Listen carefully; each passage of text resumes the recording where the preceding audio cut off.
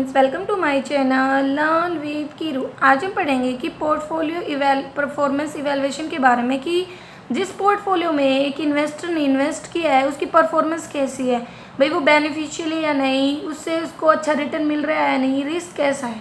ठीक है, तो इसके अंतर्गत हम क्या करते हैं, हम कंपेयर करते हैं हमारे रिटर्न्स वगैरह को जो हमने एक पोर्टफोलियो के ऊपर कमाए हैं किसके साथ कंपेयर करके चलते हैं, स्टैंडर्ड्स के साथ। जो बेंचमार्क हमने सेट करके चले थे कि भाई हाँ मेरे को इतना रिटर्न तो मिलना ही चाहिए।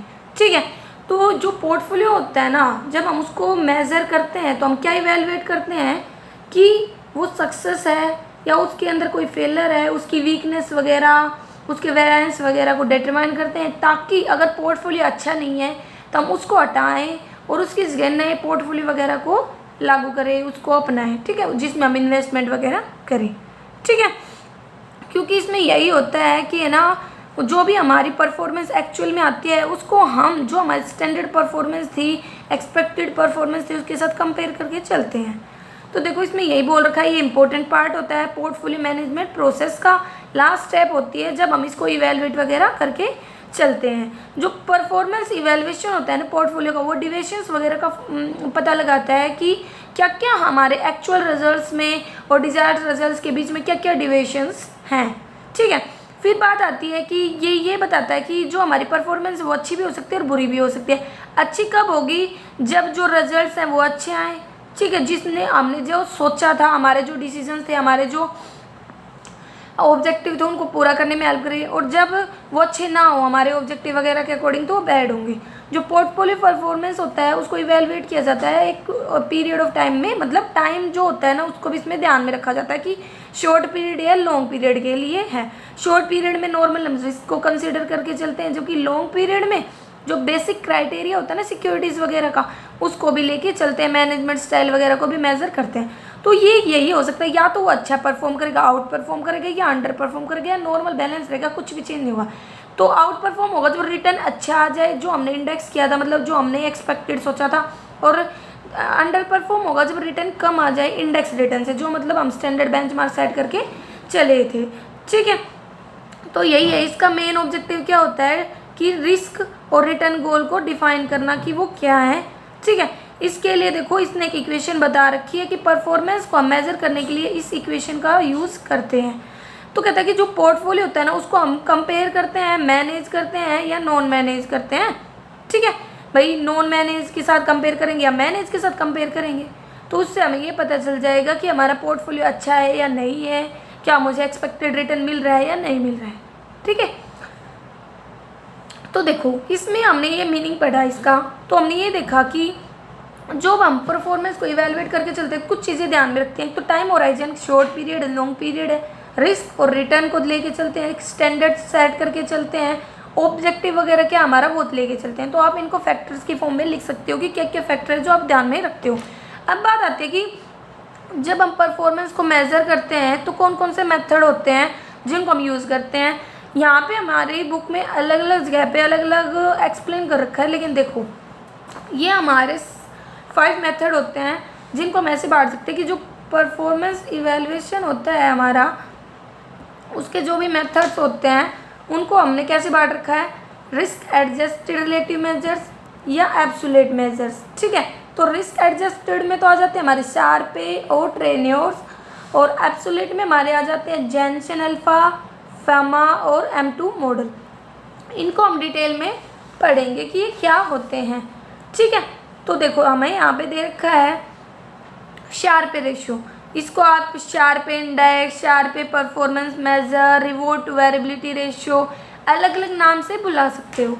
ठीक है, इसमें मेन काम यही होता है कि ये परफॉर्मेंस को मेजर करके चलता है, किसकी, म्यूचुअल फंड्स की, आपके पोर्टफोलियो की जिसमें आपने इन्वेस्ट किया है। ठीक है, इसमें ना आप किसी भी पोर्टफोलियो की परफॉर्मेंस वगैरह को मेज़र कर सकते हो। ठीक है, तो ये किसके साथ, मतलब कैसे मेज़र करता है, तो एक होता है CAPM मॉडल। ठीक है, कैपिटल एसेट्स प्राइसिंग मॉडल, ये बिल्कुल उसकी कंसेप्ट वगैरह को लेके चलता है। ठीक है, एक टाइप से कहें तो डील करता है स्पेशली कैपिटल मार्केट लाइन से। ये इसने इंट्रोड्यूस किया था रिवार्ड टू वेरिएबिलिटी रेशियो। ठीक है, इसको हम बोल सकते हैं रिवार्ड टू वेरिएबिलिटी रेशियो, जो एग्जामाइन करता है। रिवार्ड मतलब होता है हमारा रिटर्न कि आपने जितना इन्वेस्ट किया है उस पर जितना रिस्क लिया है उसके कंपैरिजन में कितना आपको रिवॉर्ड मिल रहा है, कितना रिटर्न हो रहा है। तो ये यही देखता है कि एक एडिशनल यूनिट ऑफ रिस्क लेने पर कितना एडिशनल रिटर्न अराइव होता है, ये हमारा शार्पे रेशियो हमें बताता है। ठीक है, ये एक फंडामेंटल रेशियो जो परफॉर्मेंस को मेज़र करता है किसी भी पोर्टफोलियो की, और ये बताता है कि कब हमारा रिटर्न एक्सेस में है जितना हम रिस्क लेके चले थे, किसके ऊपर, रिस्क फ्री रिटर्न्स के ऊपर एक पर्टिकुलर पीरियड में। ठीक है, तो यही है, ये मेज़र करता है किसी भी इन्वेस्टमेंट की परफॉर्मेंस को जब हम उसे कंपेयर करते हैं रिस्क फ्री एसेट से, कि भाई अगर एक यूनिट एक्स्ट्रा अगर हम रिस्क की लेते हैं तो कितना हमें एडिशनल रिटर्न वगैरह ड्राइव होता है, कितना एडिशनल रिटर्न मिलता है। जैसे इसने यहाँ पे इसका फॉर्मूला दे रखा है कि हम ये कैसे निकालते, तो आरपी का तो मतलब होता है पोर्टफोलियो का रिटर्न कितना मिला एक्चुअल में, रिस्क फ्री रेट होती है ये, और ये होता है हमारा स्टैंडर्ड डिविएशन। ठीक है, तो ये हमारा शार्पे रेशियो होता है निकालने का तरीका। ये वेल डाइवर्सिफाइड होता है, इसीलिए इसमें नॉन सिस्टमेटिक रिस्क बिल्कुल जीरो हो जाता है, क्योंकि हमने इसको बिल्कुल डाइवर्सिफाई कर रखा है, कोई रिस्क नहीं है, इसीलिए आप इसको जीरो शार्पे रेशियो भी बोल सकते हो। ठीक है, यही बात आती है कि इसमें ये क्या करता है कि जो स्टैंडर्ड डिविएशन होते हैं रिटर्न को, उनको निकालता है मेजर करके परफॉर्मेंस वगैरह को, और अगर भाई वो हमारे फेवर में नहीं है तो उनको हटा के नए पोर्टफोलियो वगैरह को लेने की कोशिश करता है। ठीक है, तो ये हमारा शार्पे था। अब आता है ट्रेनियोर्स परफॉर्मेंस मेजर्स। तो ट्रेनियोर्स परफॉर्मेंस मेजर को आप रिवॉर्ड टू वोल्टिलिटी रेशियो भी बोल सकते हो, इसको आप रेशियो ट्रेनियोर्स इंडेक्स या ट्रेनियोर्स रेशियो मेथड भी बोल सकते हो। इसका ओपिनियन ये होता है कि जो पोर्टफोलियो होता है ना वो एक्सेस रिटर्न दे किसके मतलब किसके ऊपर, रिस्क फ्री रिटर्न्स के ऊपर। ठीक है, देखो ये होता तो ऊपर वाले जैसा ही है, लेकिन इसमें एक ही डिफरेंस होता है कि यहाँ पे तो हम स्टैंडर्ड डिविएशंस लेकर चलते हैं, यहाँ पे हम बीटा को कंसिडर करते हैं। ठीक है, ये कहता है कि कितना रिटर्न हमने कमाया है रिस्क फ्री जो भी एसेट्स थी इन्वेस्टमेंट वगैरह की। ये जो मेथड होता है ना ये अज्यूम करता है कि पोर्टफोलियो में ना कोई नॉन सिस्टमेटिक रिस्क नहीं है।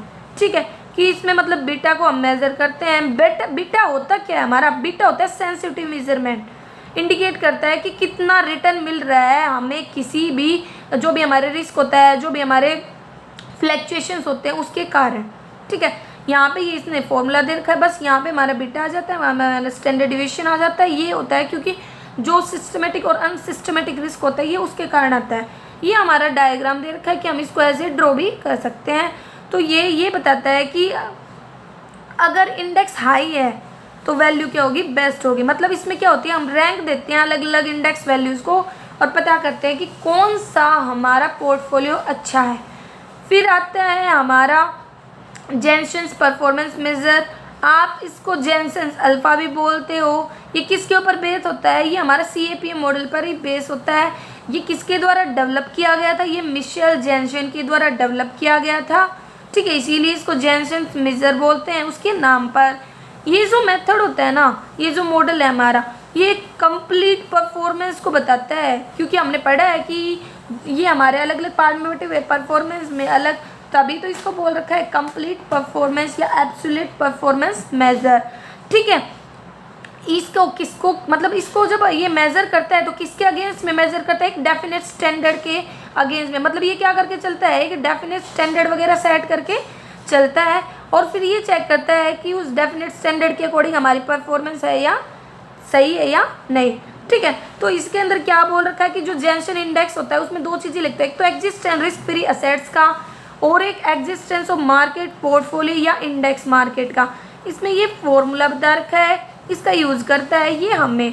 ठीक है, हम तीनों जितने भी हमने तीनों मेथड पढ़े इनको हम एक एग्जाम्पल की हेल्प से भी समझेंगे। ये हमारा डायग्राम दिखा रखा है, इसमें कुछ स्टेप्स लिए जाते हैं परफॉर्मेंस को मेजर करने के लिए कि मीन वगैरह कैलकुलेट किया जाता है और बीटा कैलकुलेट करते हैं, फिर मीन रिटर्न मार्केट पोर्टफोलियो पे, और फिर कैलकुलेट करते हैं एक्सपेक्टेड रिटर्न। तो इसमें हम ये देखते हैं कि एक्चुअल मीन रिटर्न कितना ज़्यादा है एक्सपेक्टेड रिटर्न से, अगर वो ज़्यादा होगा तो वो हमें दिखाएगा बेटर परफॉर्मेंस हमारी इन्वेस्टमेंट वगैरह की। ठीक है, हमारा फार्मा मतलब मेजर ऑफ नेट सेलेक्टिविटी, या इसको हम decomposition of excess return model भी बोल सकते हैं। ये हमारा एक एब्सोल्यूट मेजर होता है परफॉर्मेंस को मेजर करने का। ठीक है, एब्सोल्यूट मेजर के हिसाब से हमने इनको बांटा था। तो दूसरा आ गया ना हमारा ये कि कंप्लीट मेजर ले लेता है किसी की भी परफॉर्मेंस का कि वो कैसे परफॉर्म कर रहा है। ये कहता है कि ये दिया जाता है एनुलाइज जो रिटर्न होता है ना फंड का, उसके द्वारा इसमें से जो भी इन्वेस्टमेंट के ऊपर रिटर्न मिलता है बिना रिस्क के वो घटा देते हैं, और उसमें से भी जो स्टैंडर्डाइज एक्सपेक्टेड मार्केट प्रीमियम होता है ना, हम उसको घटा के चलते हैं। Premium the total risk of the portfolio under review, जो भी मतलब पोर्टफोलियो आप लेके चल रहे हो उसके ऊपर जितना भी रिस्क वगैरह है उसको ध्यान में रखते हुए।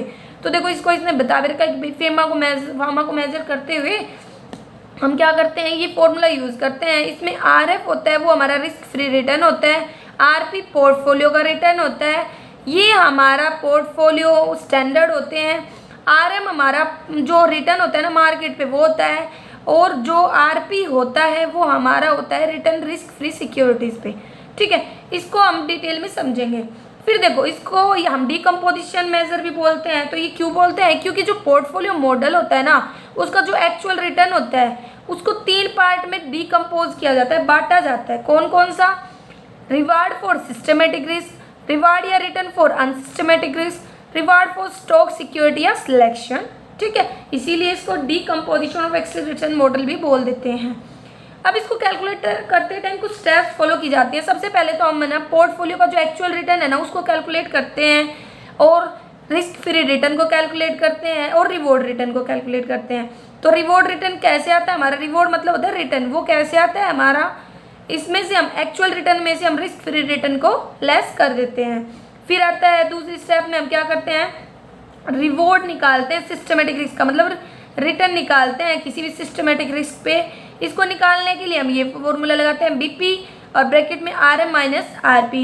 BP हमने पढ़ लिया था, RM माइनस RP। ठीक है, फिर हम रिवॉर्ड फॉर पहले सिस्टमेटिक रिस्क का रिटर्न कैलकुलेट करेंगे, फिर अनसिस्टमेटिक रिस्क का, उसके लिए आप ये फॉर्मूला लगाओगे। ठीक है, फिर या आप ये फॉर्मूला भी लगा सकते हो। फिर लास्ट में जाकर हम कैलकुलेट करते हैं, मतलब क्या कैलकुलेट करते हैं, रिवॉर्ड कैलकुलेट करते हैं। सिक्योरिटी सिलेक्शन के लिए रिवॉर्ड कैलकुलेट करने के लिए हम क्या करते हैं, टोटल रिवॉर्ड में से सिस्टमेटिक प्लस अनसिस्टमेटिक जो रिटर्न होता है रिवॉर्ड होता है वो घटा देते हैं। आप इसको ऐसे भी लिख सकते हो, RP minus RF plus systematic plus unsystematic risk. जैसे ये हमें यहाँ पे दिखा भी रखा है कि RP में से हमने RF किया, प्लस में जो भी सिस्टमेटिक अनसिस्टमेटिक रिस्क था वही, क्योंकि देखो इसने यही तो कर रखा है, हमारा जो भी सिस्टमेटिक और जो भी अनसिस्टमेटिक रिस्क वगैरह था वो लेके चल रखा है। ठीक है, जैसे आप इसको ऐसे भी दिखा रख सकते हो, इसने हमारे यहाँ पे ऐसे ही दिखा रखा है कि जो स्टैंडर्ड डिविएशन की फॉर्म वगैरह में, रेशियो की फॉर्म में। तो ये हमारा हो जाता है pharma. M2 measures, M2 major को हम मोडिग्लानी रिस्क एडजस्टेड परफॉर्मेंस मेजर भी बोल सकते हैं, क्योंकि ये एक रिस्क एडजस्टेड परफॉर्मेंस मेजर होता है।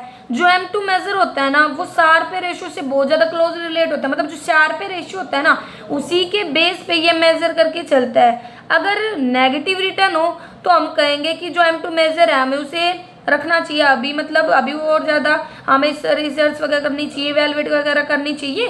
जबकि जो शार्प रेशियो होता है वो बहुत ज़्यादा हार्ड होता है उसका पता लगाना, इंटरप्रेट करना, मतलब उसको समझना। तो जो मोडगिलानी 1997 मेजर है जिसको हम M2 मेजर बोल के चलते हैं, ये निकालने के लिए फॉर्मूला लगाया जाता है। इसमें RP का मतलब होता है return on adjusted portfolio, RM का मतलब होता है रिटर्न ऑन मार्केट पोर्टफोलियो। जो एडजस्टेड पोर्टफोलियो होता है वो एक मैनेज पोर्टफोलियो होता है। ठीक है, जो इस तरीके से एडजस्ट किया जाता है कि सेम जो टोटल रिस्क है ना मार्केट पोर्टफोलियो का वो पता कर सके। मतलब ये होता है कि इसमें हम है ना जो शार्प रेशियो होता है उसको लेके चलते हैं। तो हम क्या करते हैं कि पोर्टफोलियो का ऐसा कॉम्बिनेशन बनाते हैं जिसमें मैनेज पोर्टफोलियो और रिस्क फ्री एसेट दोनों होते हैं, और फिर उनको वेट वगैरह साइन करके चलते हैं। वेट होता है कि मतलब जिसकी जितनी ज़्यादा इंपॉर्टेंस उसे उतना ज़्यादा वेट दिया जाता है, जो जितना कम इंपॉर्टेंट उसे कम वेट दिया जाता है। तो ये इसने फॉर्मूला बता रखा है। ठीक है, क्योंकि ये हमारा रिप्रेजेंट करता है वेट को जो मैनेज पोर्टफोलियो को दिया वगैरह गया है। ठीक है, फिर आता है जो M2 मेजर कैलकुलेशन की हम कैसे कैलकुलेट करते हैं। तो कुछ स्टेप्स होती है। सबसे पहले तो हम कैलकुलेट करेंगे शार्पी रेशियो, ये फॉर्मूला लगाते हैं शार्पी रेशियो का। दूसरी स्टेप में हम शार्पी रेशियो के साथ मल्टीप्लाई करते हैं जो हमने बेंचमार्क सेट किया था, स्टैंडर्ड बेंचमार्क वगैरह। ये अलग अलग एग्जाम्पल दे रखे हैं इसने, S&P 500, ठीक है, MSCI वर्ल्ड इंडेक्स, ये सब। तो S&P 500 की तो फुल फॉर्म होती है स्टैंडर्ड एंड पुअर। ठीक है, ये US का होता है जहाँ पे वो 500 जो पब्लिकली ट्रेडेड डोमेस्टिक कंपनी होती है उनको लेके चलता है। जबकि MSCI Morgan Stanley capital international होता है, ये एक इन्वेस्टमेंट रिसर्च फर्म है जो प्रोवाइड करती है स्टॉक इंडेक्स को, मतलब भाई एक ऐसी फर्म है जो मतलब स्टॉक इंडेक्स वगैरह देती है, जिसकी हेल्प से हम मेजर कर सकते हैं परफॉर्मेंस वगैरह को। लास्ट में हम ऐड कर देते हैं जो रिस्क फ्री रेट था, मतलब जिस पर मतलब कि कितना ऐसा ही रेट है जिस पर रिस्क वगैरह नहीं है उन सबको, तो ये हमारा कंप्लीट फॉर्मूला बन जाता है। तो ये हमारे मेथड से, मॉडल से, जिनकी हेल्प से हम परफॉर्मेंस वगैरह को मेजर करके चलते हैं। एग्जाम्पल के हेल्प से इन मेथड्स को समझते हैं। जैसे यहाँ पे हमें म्यूचुअल फंड दे रखा है कि कौन कौन से म्यूचुअल फंड में हमने इन्वेस्ट किया है, रिटर्न बता रखा है कि पोर्टफोलियो पे आपको कितना रिटर्न मिला है, रिस्क बता रखा मतलब स्टैंडर्ड डिविएशन, और बीटा की वैल्यूज दे रखी है। तो देखो इसने बोला है कि जो मतलब जीरो बेटा पोर्टफोलियो मतलब रिस्क फ्री रेट है वो 4% है, और मार्केट में जो रिटर्न की रेट है वो 18% है। अब बोल रखा है कि म्यूचुअल फंड को ना तीनों मेथड से निकालो, जैनसी, शार्पे, ट्रेन्योर्स। तो सबसे पहले हमने लगाया शार्पे इंडेक्स। तो शार्प इंडेक्स का ये हमारा फॉर्मूला था। हमने रिटर्न लिया जो हमें दिया था, स्टैंडर्ड ले लिया जो डिविएशन स्टैंडर्ड डिविएशन दिया था। और शार्पे में हम क्या लगाते हैं, आरपी होता है हमारा पोर्टफोलियो पे जो रिटर्न मिला है, तो वो हमारा ये है, तो हमने यही रखा। और आरएफआर का मतलब होता है कि रिस्क फ्री रेट कितनी थी, वो हमारी थी 4%, तो वो हमने यहाँ पे रखी। और नीचे हमारा होता है स्टैंडर्ड डिविएशन, वो हमारा था 5, नीचे हमने उसको रखा और यहाँ से हमने निकाल लिया। ऐसे हमने सभी को पुट किया, फिर हमने उनको रैंक दी कि पहली रैंक इसको दी, दूसरी रैंक हमने इसको दी, ऐसे हमने इनको रैंक वगैरह असाइन की। रैंक असाइन करने के बाद कहता है कि हमने ये देखा कि ई है ना वो बहुत अच्छा परफॉर्म कर रहा है, जहाँ पे हमारा रिटर्न ज़्यादा है क्योंकि हमने इसको रैंक फर्स्ट दी है, ठीक है। फिर आता है हमारा दूसरा ट्रेन्योर्स इंडेक्स, इसमें भी रिटर्न दे रखा था हमें, यहाँ पे हम बीटा वैल्यू लेके चलते हैं ना कि स्टैंडर्ड, तो वही करेंगे कि जो आरपी होता है वो तो हमारा रिटर्न होता है पोर्टफोलियो पे, तो वो हमने यहाँ पे रख दिया। बीटा की मतलब फिर हम यहाँ पे लेते हैं रिस्क फ्री जो रिटर्न था वो हमारा 4% था, और यहाँ पे बीटा की वैल्यू। इनको करने के बाद यहाँ पे भी हमने इनको रैंक दे दी, और हमने देखा कि बी है ना वो आउट परफॉर्म कर रहा है, यहाँ पे अच्छी परफॉर्मेंस दिखा रहा है औरों के कंपेरिजन में। फिर आते हैं जैन से मेजर, ये हमारा फॉर्मूला होता है। इसमें हम देखते हैं कि हमारी एक्सपेक्टेड रिटर्न कितनी है, तो टी का तो मतलब होता है रिस्क फ्री रिटर्न, तो 4% दे रखी थी वो हमें। बीपी का मतलब होता है बीटा की जो पोर्टफोलियो मतलब इवैल्यूएशन मेजर्स की जो वैल्यू है, तो बीटा की वैल्यू हमारी ये दे रखी है, तो पहले निकाल रहे हैं, तो ए का तो हमने ये लिख ली। मल्टीप्लाई में फिर हम लेते हैं ईआरएम। ईआरएम का मतलब होता है कि जो मार्केट में पोर्टफोलियो इंडेक्स है वो कितना है, तो ये हमें दे रखा था 18%, तो हमने ये यहाँ पे ले लिया 18, और माइनस कर देते हैं हम टी मतलब रिस्क फ्री रिटर्न, वो हमारे 4% थी। ऐसे हम इन सभी को निकालते हैं, पुटअप करते हैं। फिर हमने देखा यहाँ पे हमने निकाल लिया। एक टाइप से आप ऐसे भी निकाल सकते हो कि भाई एक्चुअल रिटर्न कितना था, उसमें से एक्सपेक्टेड रिटर्न घटा के भी आप इसको निकाल सकते हो। और जो अल्फा होता है अगर इससे ज़्यादा होता है तो हम इसको अच्छा मानते हैं, जेनसेंस अल्फा और कम होता है तो मतलब बैड परफॉर्मेंस मान के चलते हैं। तो इस तरीके से इन तीनों मेथड का यूज़ करके हम अलग अलग पोर्टफोलियो को इवैल्यूएट कर सकते हैं, उसकी परफॉर्मेंस को मेजर कर सकते हैं। Thank you. अगर आपको कोई भी कन्फ्यूजन हो तो आप कमेंट करके पूछ सकते हैं। मेरी वीडियो कैसी लगेगी ज़रूर बताएं, इसे लाइक करें, सब्सक्राइब करें और शेयर करें। सब्सक्राइब पक्का करें।